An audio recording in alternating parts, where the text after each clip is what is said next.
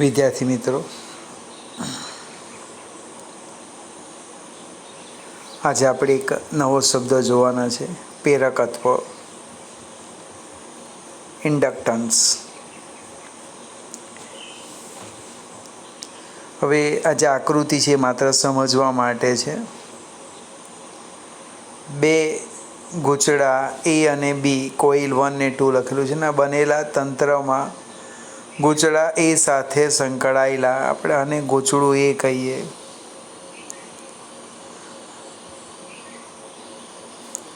આને ગૂંચળું એ કહીએ અને બી કહીએ. બે ગૂંચળા એ અને બીના બનેલા તંત્રમાં ગૂંચળા એ સાથે સંકળાયેલા ફ્લક્સમાં ફેરફાર કરતા ગૂંચળા બી સાથે સંકળાયેલા ફ્લક્સમાં પણ ફેરફાર થાય છે. હવે આ જે ગૂંચળું એ છે, આ ગૂંચળું એમાંથી પસાર થતા પ્રવાહમાં હું ફેરફાર કરું એટલે એની સાથે સંકળાયેલા ચુંબકીય ક્ષેત્રમાં ફેરફાર થાય, ફ્લક્સમાં ફેરફાર થાય એટલે, અને ફ્લક્સમાં ફેરફાર થાય એટલે EMF ઉદ્ભવે. હવે પ્રવાહમાં વધારો ઘટાડો કરે એટલે બીના મૂલ્યમાં ફેરફાર થાય, ફ્લક્સમાં ફેરફાર થાય એટલે આની સાથે સંકળાયેલો, એટલે ગૂંચળા બી સાથે આ ગૂંચળા સાથે સંકળાયેલા ફ્લક્સમાં પણ ફેરફાર થાય અને બંને ગૂંચળામાં પ્રેરિત વિદ્યુત પ્રવાહ ઉદ્ભવે. હવે અહીંયા જે ફ્લક્સનો ફેરફાર છે, મને ગૂંચળા સાથે સંકળાયેલ ફ્લક્સ એ ગૂંચળામાંથી પસાર થતા પ્રવાહના સમપ્રમાણમાં હોય છે. કોમન ચર્ચા કરીએ આપણે. ગૂંચળા સાથે સંકળાયેલ ફ્લક્સનો ફેરફાર એ ગૂંચળામાંથી પસાર થતા પ્રવાહના સમપ્રમાણમાં હોય છે. ફાઈ ચલે છે આઈ.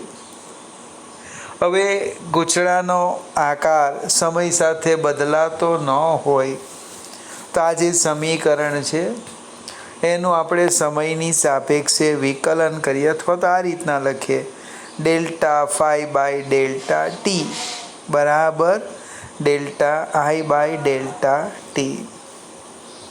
ફરીથી એકને એક વાત, ગૂંચળાનો આકાર સમય સાથે ન બદલાતો હોય તો ડી ફાઈ બાય ડીટી ચલે છે ડી આઈ બાય ડીટી. હવે ધારો કે આપણી પાસે જે ગૂંચળું છે એમાં એન આટા છે, અહીં એક એન લખવાનું રહી ગયું છે. જો ગૂંચળુંને એન આટા હોય અને અહીંયા આટાની સંખ્યા લખવાની, જો ગૂંચળાને કેપિટલ એન આટા હોય, એક બીજું દરેક આંટા સાથે સમાન ફ્લક્સ સંકળાયેલો હોય તો કુલ ફ્લક્સ આમ લખાય, એન ફાઈ ચલે છે આઈ, એન ફાઈ ચલે છે આઈ. હવે અહીંયા ચલે છે દૂર કરવું હોય તો આપણે શું મૂકવો પડે? એક સમપ્રમાણતાનો અચળાંક મૂકવો પડે. એની હમણાં અહીંયા સંજ્ઞા આપણે લખતા નથી, માત્ર શબ્દમાં લખીએ. સપ્રમાણતાનો અચળાંક મૂકવો પડે. એ જે અચળાંક છે એનું નામ છે પ્રેરકત્વ. ફરીથી આ કોમન જનરલ ચર્ચા છે પ્રેરકત્વ માટેની, કે ફ્લક્સ ચલે છે, પ્રવાહ ચલે છે દૂર કરવા માટે આપણે જે અચળાંક મૂકવાના એ સપ્રમાણતાના અચળાંકને આપણે પ્રેરકત્વ કહેવાના. એનો અર્થ એવો થાય કે પ્રેરકત્વ એટલે ફ્લક્સ અને પ્રવાહનો ગુણોત્તર. વિદ્યાર્થી મિત્રો, બરાબર યાદ રાખજો, પ્રેરકત્વ એટલે ફ્લક્સ અને પ્રવાહનો ગુણોત્તર. ફ્લક્સ ભાગ્યા પ્રવાહ. એકને એક વાત સમજાવું, પ્રેરકત્વ એટલે કોનો ગુણોત્તર? ફ્લક્સ અને પ્રવાહનો ગુણોત્તર. પ્રેરકત્વ શાના પર આધાર રાખે? તો એક ગૂંચળાનો આકાર આટાની સંખ્યા એ જે ગૂંચળું જે દ્રવ્ય પર બનાવ્યું હોય એ દ્રવ્યના આંતરિક ગુણધર્મો પર આધાર રાખે છે. પ્રેરકત્વ એ અદિશ ભૌતિક રાશિ છે. એનો એકમ લખીએ. એનો એકમ ફ્લક્સ અને પ્રવાહનો ગુણોત્તર એટલે ફ્લક્સ વેબર પર એમ્પિયર બને. એને હેનરીની યાદમાં હેનરી કહેવાય, કેપિટલ H. પ્રેરકત્વનો એકમ કયો? Henry, capital H. પારિમાણિક સૂત્ર તમારે જાતે મેળવી લેવાનું બને. આ જે મેં લખ્યું છે ડાયરેક્ટ ખરેખર આવે કે નહીં આવે ચેક કરવાનું. આગળ જઈએ. પ્રેરકત્વના આપણે 2 પ્રકાર છે, અન્યોન્ય પ્રેરકત્વ અને બીજું આત્મ પ્રેરકત્વ. અન્યોન્ય અને આત્મ બંને એક નાની નાની થિયરી છે, આપણે વારાફરતી જોઈએ. ટૂંકમાં કોમન ચર્ચા જોઈ ગયા પ્રેરકત્વની. એ શાના પર આધાર રાખે મને એનો એકમ શું, એ જ ચર્ચા બધી આમાં આવવાની, અન્યોન્ય અને આત્મ.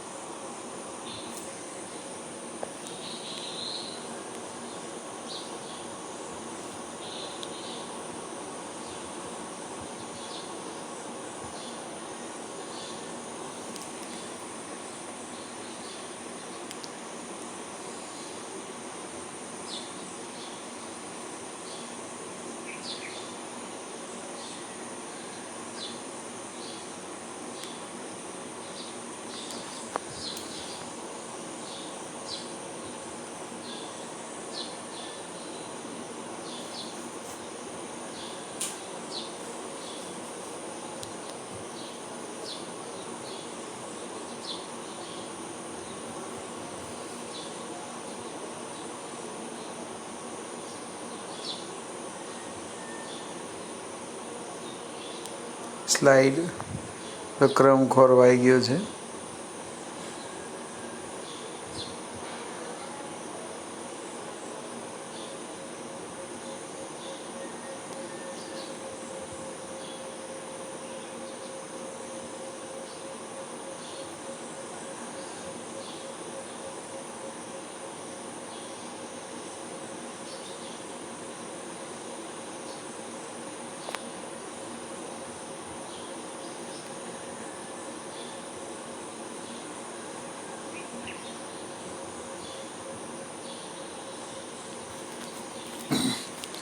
અન્યોન્ય પ્રેરકત્વ. 1 મિનિટ આપણી બગડી ગઈ. હવે આ જે આકૃતિ છે એ તમે તમારી રીતના ગમે તેવી દોરવાની. 2 ગૂંચળા જોઈએ, એ બંને ગૂંચળાને નજીક નજીક રાખવાના, સમાંતર રાખવાના. કઈ રીતે રાખવાના? કોઈ પણ રીતે રાખવાના. એકમાંથી પ્રવાહ પસાર થાય એવી વ્યવસ્થા બતાવવાની, બીજામાં ગેલ્વેનોમીટર મૂકવાનું કે જે પ્રવાહની જાણકારી માપી શકે. હવે આકૃતિમાં શું દર્શાવેલું છે તે સમજાવું. આકૃતિમાં એકબીજાની નજીક રહેલા ગૂંચળા C1 અને C2 દર્શાવ્યા છે. તેમાં આટાની સંખ્યા અનુક્રમે N1 અને N2 છે. આ આપણે C1 લઈએ અને આપણે C2 કહીએ. આમાં આટાની સંખ્યા N1 છે, આમાં આટાની સંખ્યા N2 છે. હવે C2માંથી પસાર થતો પ્રવાહમાં ફેરફાર કરતા, અને એટલે આપણે એક ભૂલ થઈ ગઈ, કામ કરીએ. આને C1 કહેવું અને પ્રવાહ માટે બેટરી આપણે અહીંયા મૂકેલી છે એટલે આને C1 કહેવાને C2 કહેવું. લખાણી રીતે ચાલશે. C2માંથી પસાર થતા પ્રવાહમાં ફેરફાર કરતા C1 સાથે સંકળાયેલ ફ્લક્સમાં ફેરફાર થાય છે અને તેમાં પ્રેરિત ઈએમએફ ઉત્પન્ન થાય છે. હવે જે C1 સાથે સંકળાયેલ ફ્લક્સ છે N1 એ ચલે છે I2. ફરીથી વાત સમજાવું. બે ગૂંચળાનું તંત્ર છે. એમાં હું શું કરું છું, C2 માંથી પસાર થતા પ્રવાહમાં ફેરફાર કરું. C2 સાથે સંકળાયેલા પ્રવાહમાં આપણે ફેરફાર કરીએ તો એની સાથે સંકળાયેલા ચુંબકીય ક્ષેત્રમાં ફેરફાર થાય. પરિણામે એની સાથે અને C1 સાથે સંકળાયેલા ફ્લક્સમાં ફેરફાર થાય.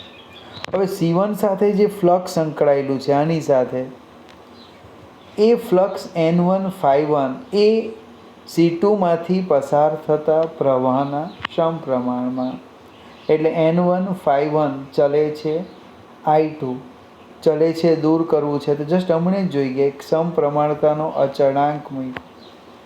N1 બરાબર M12 I2. હવે અન્યોન્ય આપણે આ ઘટના પણ ફેરેડેના નિયમનો પાલન થાય એટલે C1 ગૂંચળામાં ઉદ્ભવતું પ્રેરિત EMF કેવી રીતે લખવાનો, તો કે ε1 બરાબર d/dt N1 આપણે એ સ્લાઇડ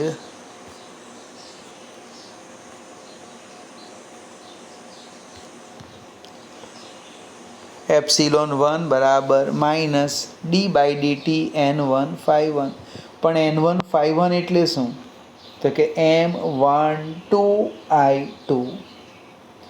M12 એ તો અચળ છે ને હું બહાર કાઢી લેમ સમપ્રમાણતાનો અચળાંક, એટલે કે ε1 બરાબર માઇનસ M12 di2/dt.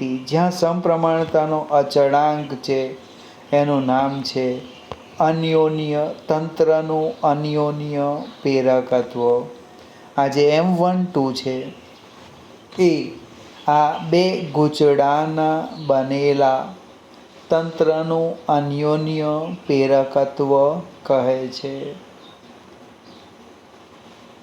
ફરીથી આપણી પાસે બે વ્યાખ્યા આપીએ એની. એક કુલ ફ્લક્સ N1, અહીં N1 લખવાનું રહી ગયું છે તો કુલ ફ્લક્સ લખી દેવું, કંઈ વાંધો નહીં. N1 બરાબર M12, એને આપણે સમીકરણ ત્યાં 1 આપ્યો હતો અને બીજી એક વ્યાખ્યા અહીંથી લખીએ સમીકરણ 2 પરથી.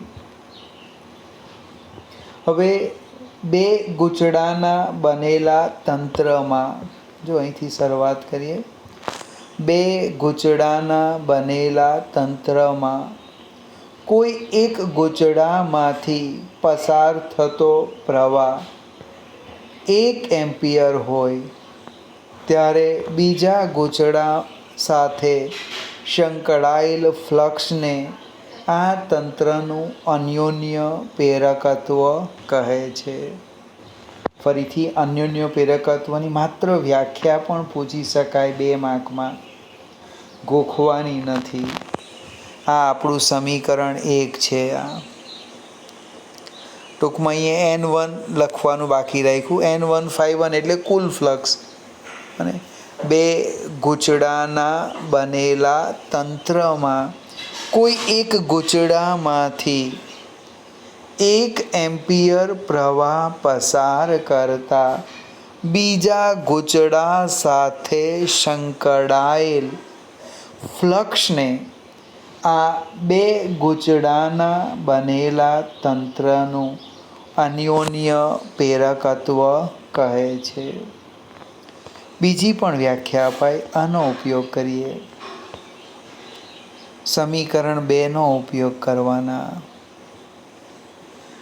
બે ગૂંચળાના બનેલા તંત્રમાં કોઈ એક ગૂંચળામાંથી પસાર થતા પ્રવાહના ફેરફારનો દર કેટલો લઈએ, 1 એકમ અથવા 1 એમ્પિયર પર સેકન્ડ હોય ત્યારે બીજા ગૂંચળામાં ઉદ્ભવતા પ્રેરિત EMFને આ તંત્રનું અન્યોન્ય પ્રેરકત્વ કહે છે. ફરીથી આ બંને સૂત્ર મેળવવાના અને બંને સૂત્રનો ઉપયોગ કરીને વ્યાખ્યા આપવાની. પરીક્ષામાં માત્ર 2 માર્કનો પ્રશ્ન પૂછાયેલો છે. અન્યોન્યો પ્રેરકત્વની વ્યાખ્યા આપો. 2 વ્યાખ્યાના 2 માર્ક્સ મળે. ફરીથી પહેલેથી સમજાવું. મારી પાસે 2 ગૂંચળા છે.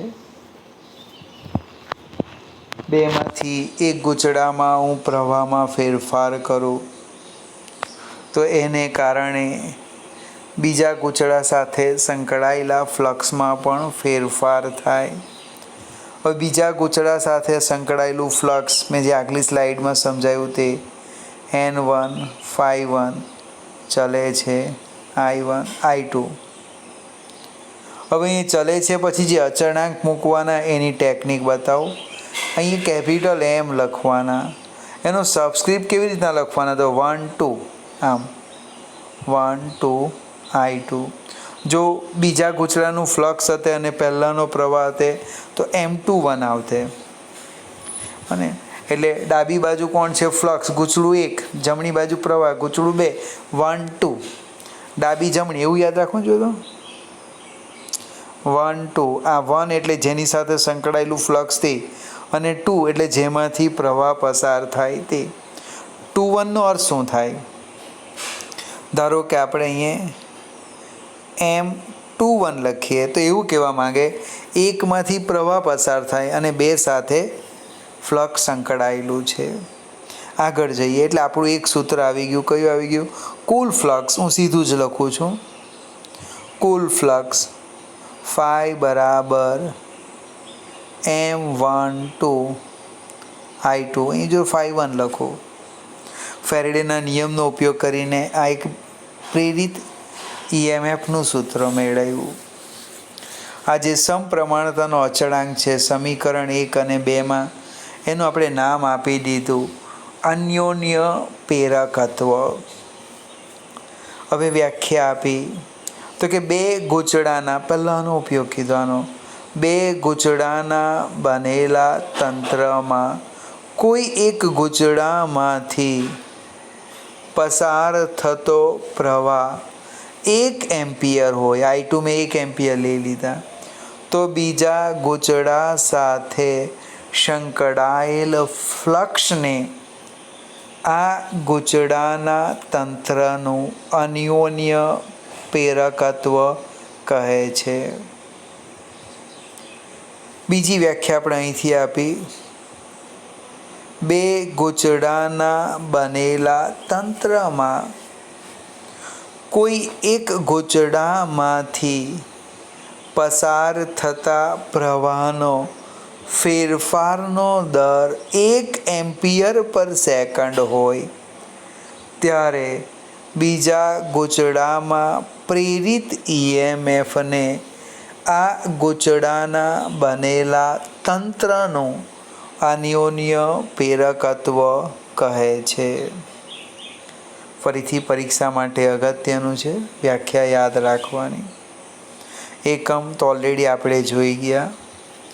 1 વેબર પર એમ્પિયર. પ્રેરકત્વ વખતે લખ્યું ને વેબર પર એમ્પિયર, અને બીજો લખ્યો હતો હેનરી. એક સ્ટેપ આપણે આગળ જઈએ. અહીંથી બીજો પણ એકમ લખાઈ જો, વોલ્ટ ઇન્ટુ સેકન્ડ પર એમ્પિયર.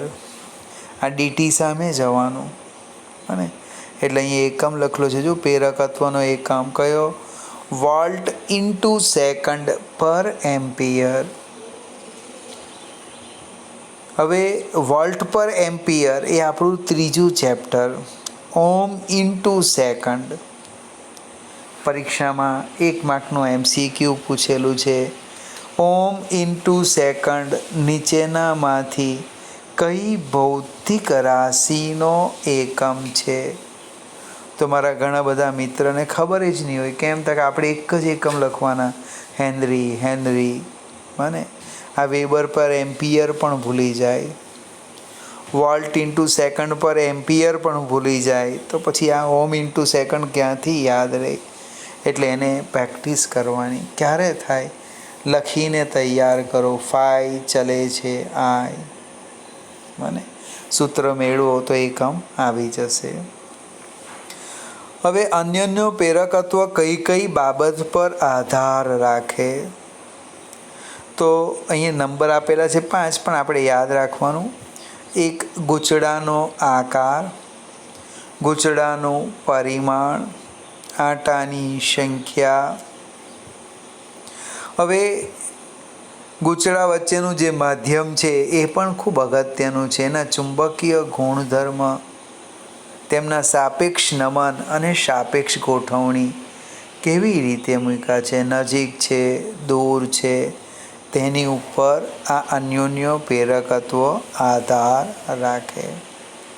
ફરીથી વિદ્યાર્થી મિત્રો, આજે આટલી માત્ર એક પ્રેરકત્વનો એક પ્રકાર સમજાવ્યો, અન્યોન્ય પ્રેરકત્વ.